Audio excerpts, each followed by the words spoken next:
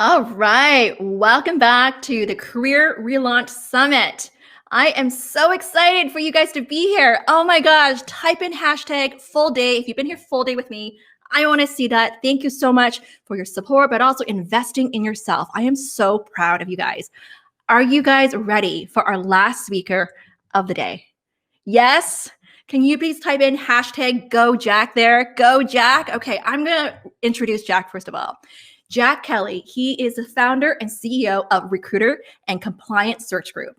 He is also, we're here to talk about insider insights on recruitment. He's also a senior contributor for Forbes. He has some amazing articles. I want you guys to follow him as well. So let's give, oh my God, there's so many full day. Let's give a round of applause to welcome Jack Kelly here, guys. Hey, thank you so much, Diana. What a welcome. I love it. This is tough. I don't know if I'm going to be able to keep up with everybody. This was an amazing series. Oh my God, look at the support. See that? Go Jack. Yeah. I love this. Look at this emoji here. Oh my God. Last speaker of the day. Yes. Right. And that's why they're happy. They're not happy for me. They're happy that it's the end of the day and that they can call it a weekend. Is that what it is? No. I don't care about me. It's over. We're ending with a bang here because you have amazing recruiting insights to share. Yes. 20 plus years experience. So we're going to go deep in that. Like just to give you a summary here. I mean, throughout this summit here, we've been talking about clarity, networking, resumes, interviews. And now like we're here to talk to you and we're talking about Mann earlier, where she also has recruitment insights. I want to go deeper with you and really talk about like recruiters and how they think. So I think people are excited. Are you guys excited? Like this is going to be a really juicy one. And first of all, I am so glad that I met you last week. I think we met, I came across your work before, but I saw your post that you want to support this summit here. Yeah. And I thought that was so kind that you want to support the summit. And I was like, oh my God, I'm going to reach out to Jack.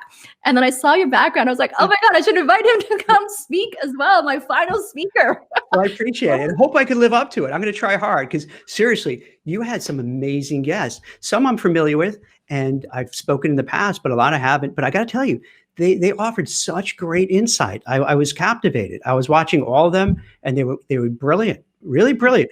And for the people watching this, it's like you got a graduate degree in looking for a job and enhancing your career. Seriously, there's so much. I was like taking notes like, oh, hey, this is really good. I'm going to steal this from Adrian. I like that tip. I'm going to take this from Hannah.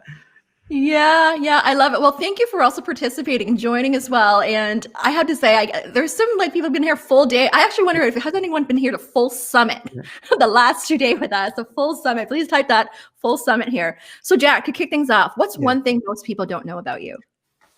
Don't know about me? Yeah, I don't think I'm a kind of a private person. So I know a lot of your guests are out there a lot.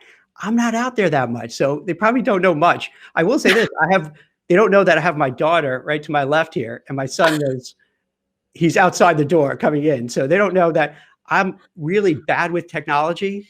So I had them come in and set it up. Not only did I have them set it up, but I had the people in my office taking care. Well, they're all working from home, making sure that I got here. I have everything set up. So far, so good. So it's working. That's good, guys. Let's please give Jack some heart emojis here. Like give him that support. This is amazing. Well, thank you for being here. I'm curious to know, like, what are you passionate about? I'm really passionate about helping people.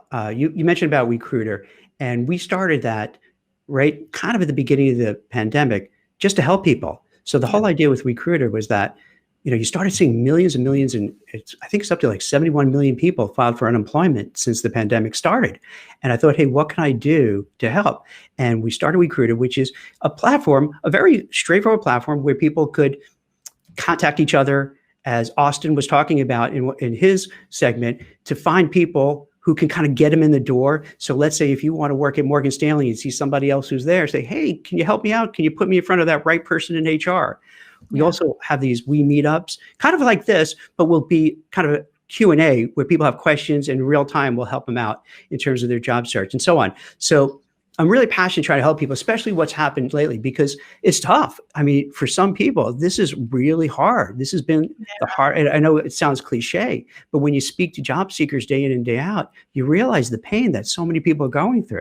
And for a lot of them, they're just thrust out into the job market and they really don't know what to do and they need all the help. So it's so cool. And that's why when I saw this, I was like, yeah, I'd love to help, because I realized how much people need this information. They need it so badly. Yeah, yeah, that is so true. And I have to say, when I hear this, it touches my heart, because I felt that when I read your bio, and then when you put that out there that you want to help us, I was like, I want to reach out to you, invite you to the summit here. Thank So you. yeah, yeah. So what's been your biggest lesson learned for 2020? You know, I'm a very optimistic guy. So even though as horrible it is, I'm really excited that coming through this, we're going to rethink a lot of things. From the work at home, work remotely. It's almost as if it gives us leeway to say, you know what, we could kind of tear up all the old rules and regulations and how it should be, and just try to look at things with a fresh perspective. So this is kind of, I don't know if it's a lesson learned, but something that I'm really excited about. I think a lesson learned for job seekers or for people working is that you can't depend on anything. And it sounds cold when I say it, but I don't mean it that way. I think a lesson learned is that there could be another black swan event. It might not be another pandemic, but who knows what it could be. So you always have to be prepared.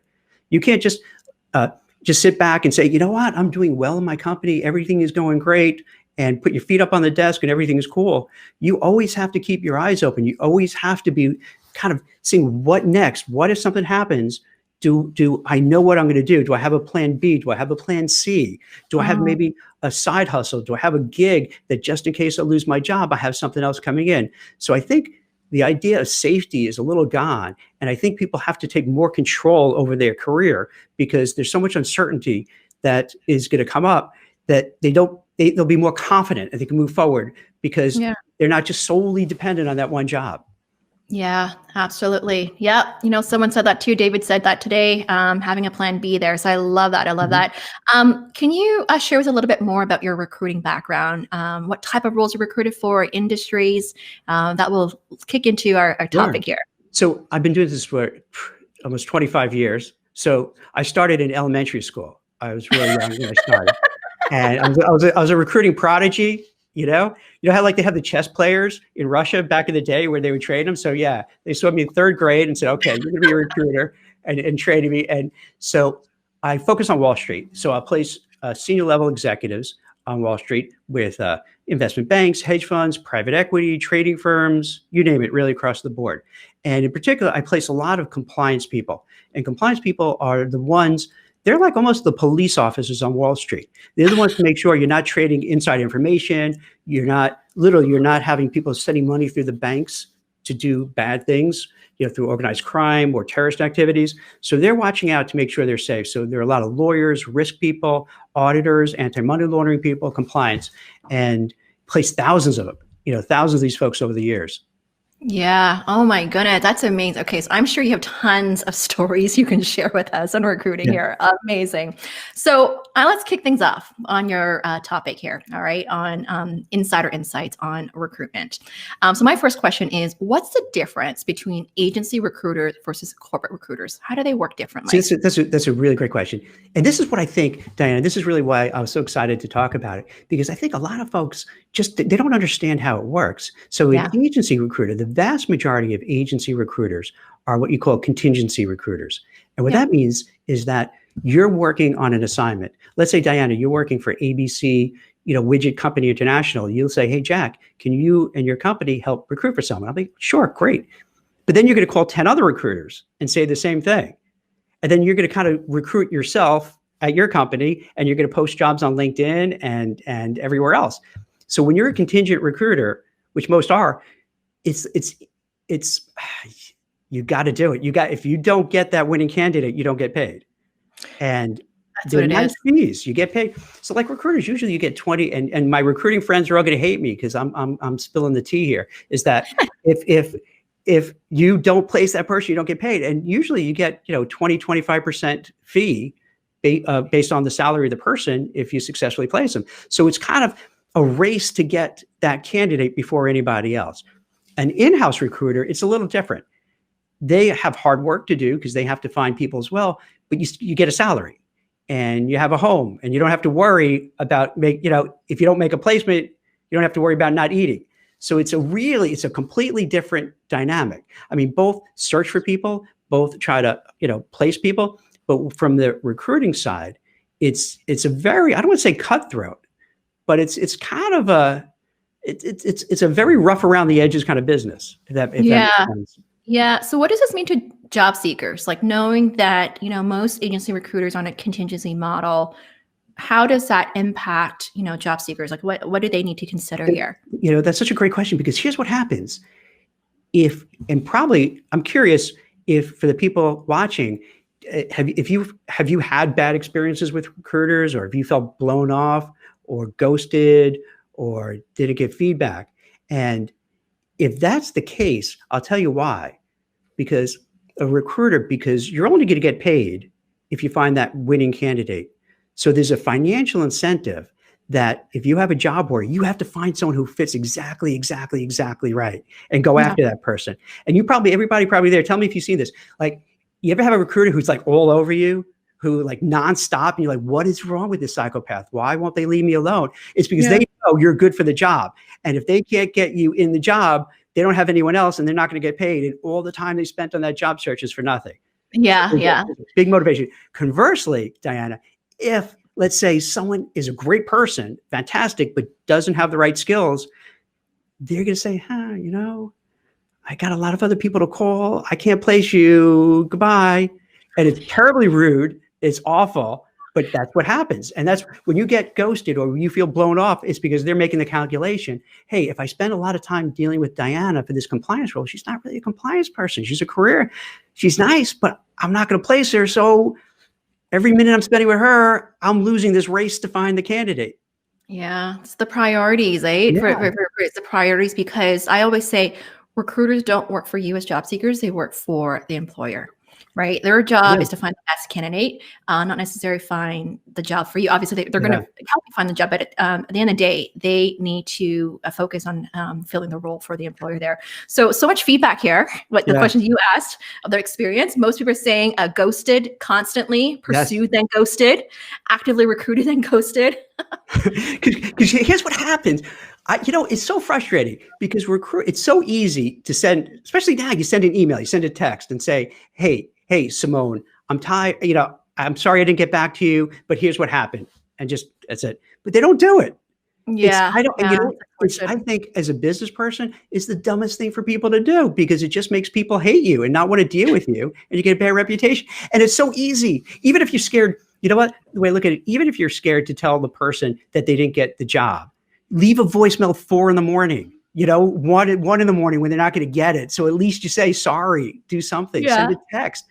But that's a big failing. That's a huge, huge problem. And it just drives, I'm sure for everybody here, it just drives you nuts why that is. Oh, for sure. When they get ghosted. So my next question is, who should work with agency recruiters?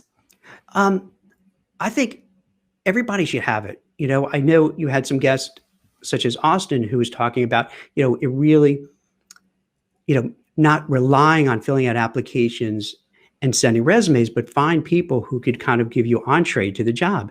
The same thing holds true with recruiters. I think the good part about dealing with a recruiter, if you're in a certain niche, find a recruiter who specializes in that area. Because if there's a recruiter who specializes in that area, they're going to offer you the best help, because they're going to know the companies, they're going to know the industry, they're going to know the players. The odds are they know the hiring manager, they know the hiring manager's hiring manager, they know the HR, they know how much they could pay the person. So you really do get this expertise.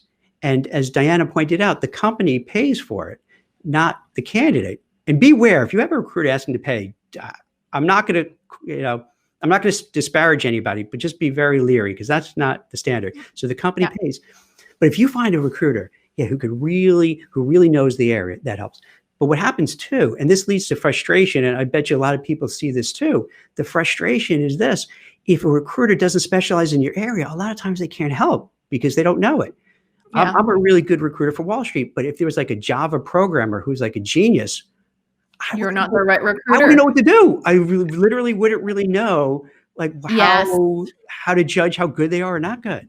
That's a key lesson, guys. # find the right recruiter. You have to find the right recruiter to work with. Otherwise, they can't help you. They won't have the right jobs. They're not connected to the right opportunities. So it is so key to find the right recruiter there. And so a question here I see in the audience is, how do I go about finding the recruiters, or right recruiter, or where do I find like an executive recruiter? Can I give a shameless plug? Yeah. All right. Just so happens on Recruiter, we have a recruiter directory that has about 10,000, just coincidence. This is crazy. So they have we have about 10,000 recruiters on there. We're adding every day. And yeah, so you can kind of go find a recruiter in your niche, whether you're in film, whether you're in Wall Street, whether you're in, whatever, your specialty is, we should have it. If not, you could let me know and I'll find recruiters and put them on there.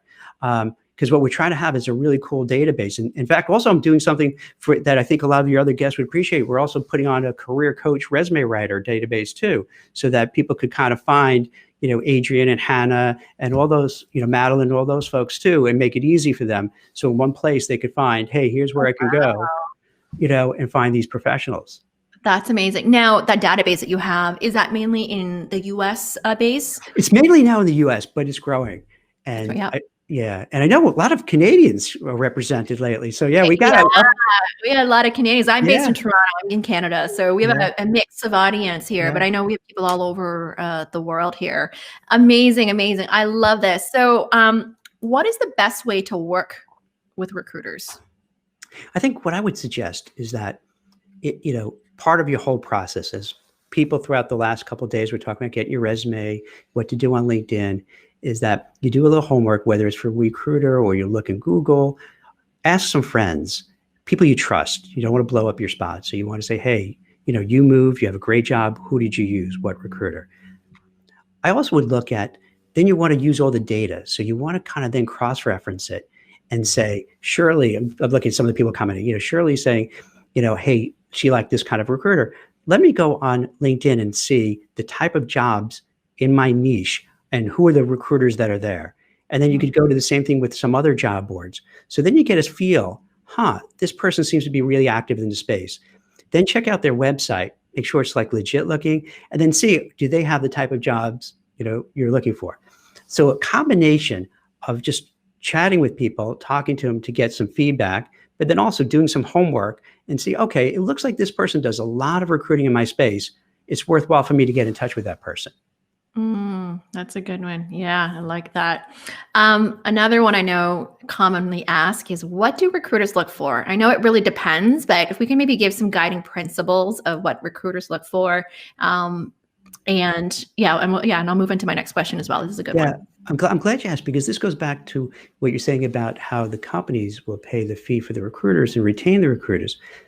So they are looking for somebody, doesn't really matter what discipline or what sector, but they're looking for someone who really possesses all the skills, all the background, all the experiences that the hiring manager wants. So if they give a list of like 10 ingredients, they want you to have 10 or 12 of them.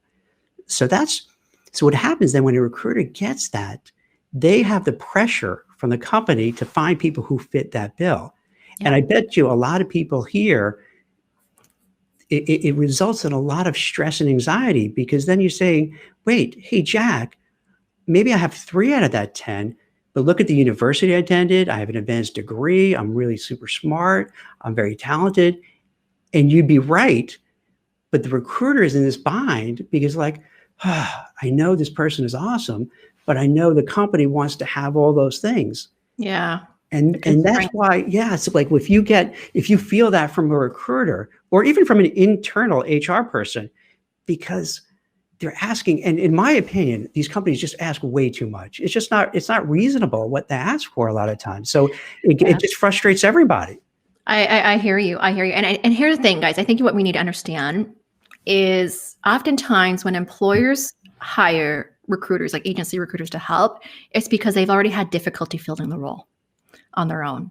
And they hire, recruiters to help them because they believe that they can find this, unicorn candidate, let's just say, right? So there is this pressure as well as a recruiter, and I've seen this for myself. I worked on the agency side as well, is really fitting the bill, like in terms of finding candidates that they have not seen before, or the profile they have not seen.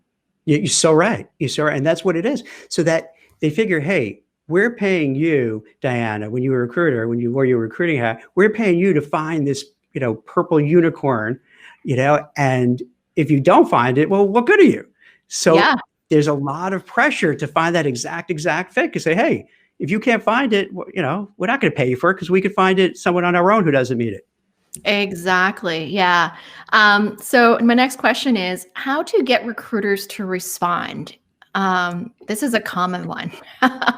As a job seeker, you know, Yeah. do I submit the resume on the website? Do I directly contact them? What's the I, best way to get them to I'm a respond? big fan of being a nudge. I'm all for, you know what, this is your career, this is your life. You just go for it, and don't feel uncomfortable or embarrassed. You go for what you want to do. So that I would first make sure the recruiter does specialize in your area, because let's say there's a recruiter, even if it's strongly recommended, you know, they're recommending a certain recruiter, but if they're not an expert in your field, you could keep nudging him and bugging him, but she or he may not be able to help. So Yeah. I would, but to outreach, I would just introduce yourself. You send an email, send your resume, and another good thing is a referral. Those are always awesome, because if you know somebody who knows a recruiter and dealt with the recruiter, it makes it much easier, because then it cuts through the clutter. For You know, sure. as you Absolutely. as you folks are, everyone has stacks of resumes that they're either looking at or on their computer or on their phone. So if you have someone who says, "Hey, Diana, trust me, I have this great person. You have to check out Monica. She's awesome." You can think, all right, I can look through all these resumes in my ATS system, where I could just look at Monica. Let me see. And you look at Monica. Yeah. So Yeah. having a referral that knows the recruiter, and this works both in-house, at companies themselves, and outside recruiters, because it just makes their life easier. Oh, yeah. Well, studies show that you're also 5 times more likely to get hired through referral. And if you're referred, to someone by to a recruiter, they're more likely to want to connect with you as well, because good people know good people. Absolutely. And it's having that person is another one championing your cause. Yes. Championing the cause. That's what it is. Being advocates, finding your advocates, #find your advocates, to really amplify your marketability there. I love this. So one thing I want to add, because when we talk about where to find recruiters, and you talked about your database, which I love. Another option is for those who are say not in the US, here, in Canada, is I like to use LinkedIn, using LinkedIn to, find these keywords like recruiters, recruitment professional, recruitment manager, and then you filter by location or by industry to help find the right recruiter. That's another method. Or just do a Google search as well too of, recruiters in your city, your region as well. There are thousands of them. Exactly. And trust me, if you have the right background for the job, the hardest thing you have to is just to kind of get them to back off a little bit when they're getting a little too pushy. Because if you have the background and the experience for what they're recruiting for, they're going to want to help, because it's in their financial self-interest to do so. So they know if you're great and you have the background, they're going to just be all over you. For sure. So here's another question. I know I asked Madeline Mann this as well, but I also want to ask you, because you're on the agency side, how to prepare for the initial phone screen with a recruiter. I've noticed this, that a lot of people have a hard time articulating, let's say, their elevator pitch or just talking about themselves. I think a key thing to do when you're dealing with a recruiter, but this holds true also for an in-house HR person, in-house talent acquisition person, or hiring manager, is to make sure you have a great narrative, whatever you want to call it, your elevator pitch, a narrative, your story, where you could concisely put forth who you are, what you've done, your accomplishments, what you're looking to do next. And so that whoever hears it, and let's say it's a recruiter, immediately they're like, "Oh, I got it. I understand. Yep. Perfect." Or, "You're awesome, but I don't have anything right now, but I'm glad we spoke, because we get to know each other. And when I have something that's a fit, I'm totally going to keep you in mind." Yeah. I love that. Honestly, I'm a big fan of really mastering your glowing introduction. That's my saying here. Your pitch, your story. To me, that's the first impression test, right? So if you can't convey an effective story, you're not commanding the attention at all. So that's something I always work on with all my clients. But that's what you're doing for every interview. When you bring it up, right? In 10 seconds, you're able to capture who this person is. Right? You're able. And first of all, we got you got to tell you how awesome is Diana, though, by the way. Day 2. Right? Day 2. And it's she just woke up 10 minutes ago and she's ready to go. Amazing. I can't believe it. How do you have this energy? What's going on?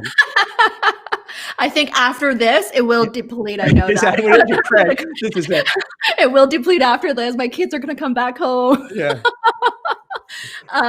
But I talked about this is why, like, you got to make a move. You got to, change your state to get Yeah. excited for something, and you got to show up. Like, to me, I'm all Yeah. about showing up. Like, I mean, this is all about if you want to, stand out and all that, you have to show up there. So thank you for the kind words, guys. I really appreciate it. I saw some people wrote earlier that this is like the best summit that they've attended this year. So that really means a lot.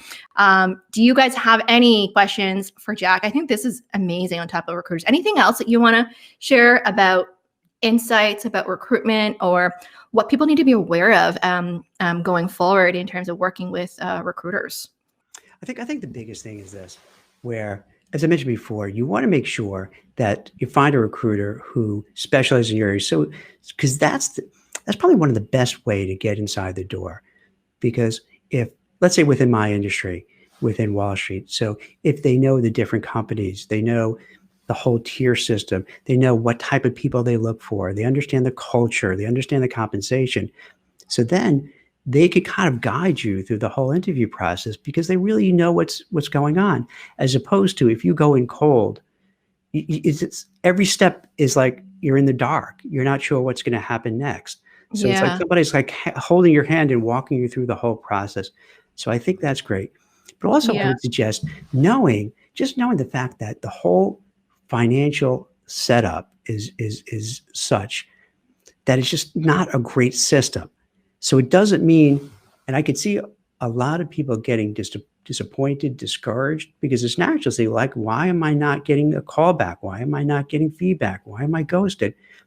And a lot of it is because at this particular point in time, that recruiter or that in-house recruiter who works at the company, they don't have something. And you like to feel that they would be honest and tell you, but not to go on a tangent, Diana, but I think we've just, from the time I started recruiting till now, it's become so much more cold, so much more inhumane than it has been. When I first started recruiting, and I would share a candidate, they would say, hey, Diana was really great. I liked what she did, this, and this, but she needs to work on this, that, and the other thing. And then I could tell my candidate, hey, here's what you need to do. And it'd go throughout the whole process. So you would always get feedback. You'd always get color, texture, which would make it a little easier to go through the process. Now it's gone. And it's sad, but at least a recruiter, or if you have an ally who's in the company or an advocate in the company, that helps out a lot because they can kind of get that feedback from you. They can get what's really going on. Yeah, I love that. So something I love to highlight, I talked about this to my clients as well, is make it easy for others to endorse you, to advocate for you.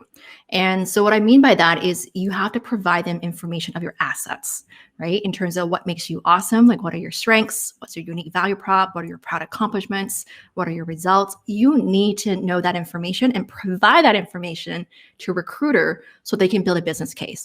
So here's a quick story. Like when I was a recruiter at Google, I screened thousands of resumes, okay? And Google was one of the most, intense recruitment experience I've ever had, okay? Like, let's just put it out there, is that I had to write a business case for every candidate we want to put forward to hire.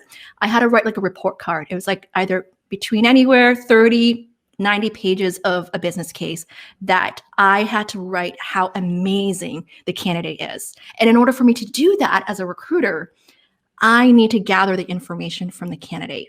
And the candidate had to provide me basically the best of the best information and give me like the reasons why they joined each company, why they left each company. And then I had to write a compelling story, a business case of why this person should be hired.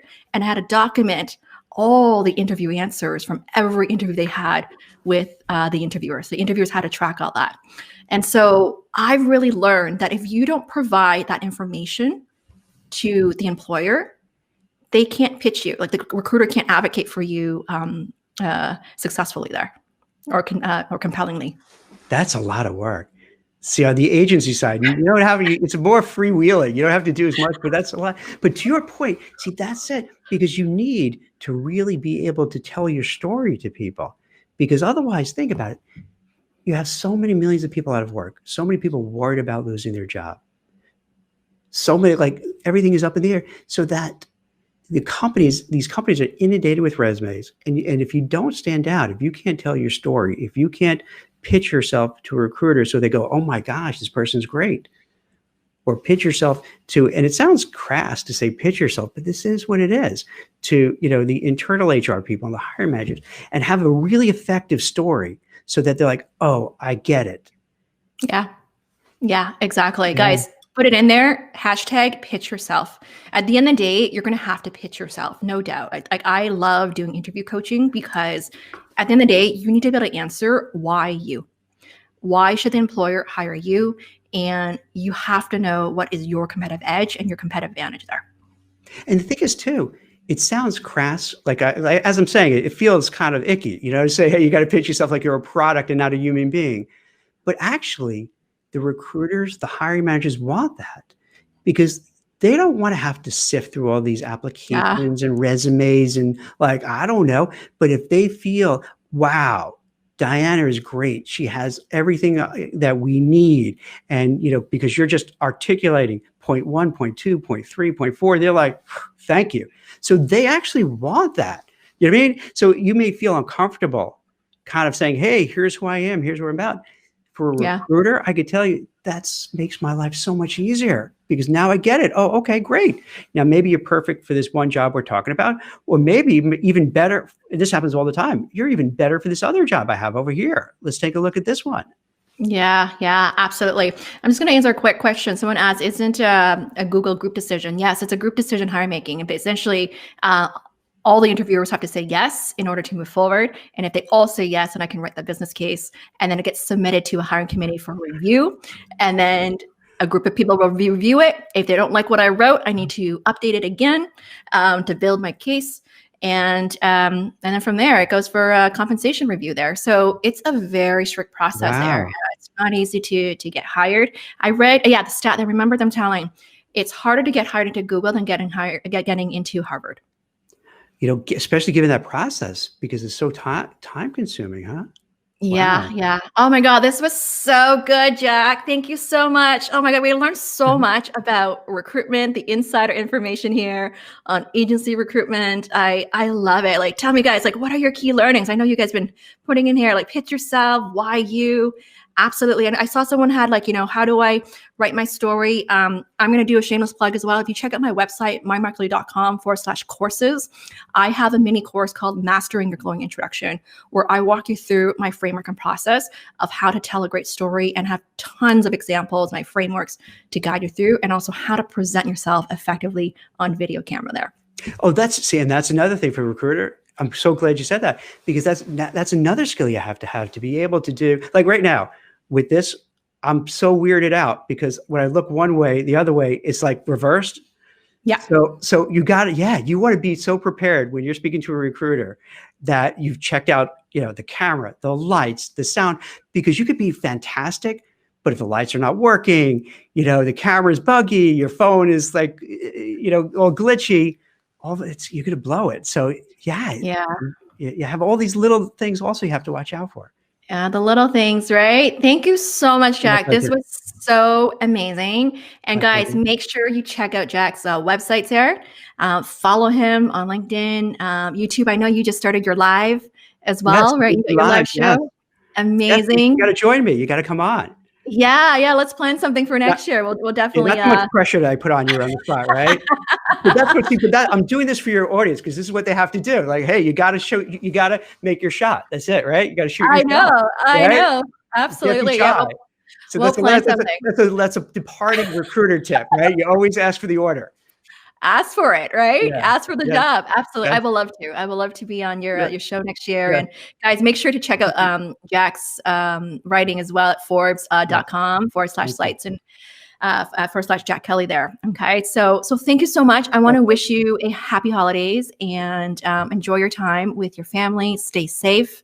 And I will be in touch next year and wishing you a great new year. Excellent. Thank you so much for having me. All right. Thank you, guys. Please give a round of applause to Jack, guys. Give tons of emojis, click like, celebrate, get some hearts here. Awesome. Thank you so much.